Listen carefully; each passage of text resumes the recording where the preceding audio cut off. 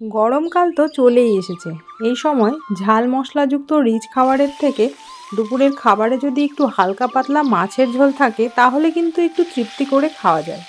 তো যাই হোক, আজ আমি তোমাদের সঙ্গে ডাঁটা আলু দিয়ে রুই মাছের একটা পাতলা ঝোলের রেসিপি শেয়ার করছি।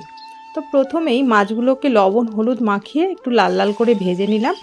তারপর মাছ ভাজার ওই তেলেই দিয়ে দিলাম তেজপাতা, শুকনো লঙ্কা আর জিরে ফোড়ন। তারপর আলুটা দিয়ে একটু নাড়াচাড়া করে দিয়ে দিলাম বেটে রাখা মশলাটা, আর দিলাম ডাঁটা, টমেটো, লবণ, হলুদ দিয়ে মশলাটাকে ভালো করে কষিয়ে নিলাম যতক্ষণ না এর থেকে তেল ছেড়ে আসছে।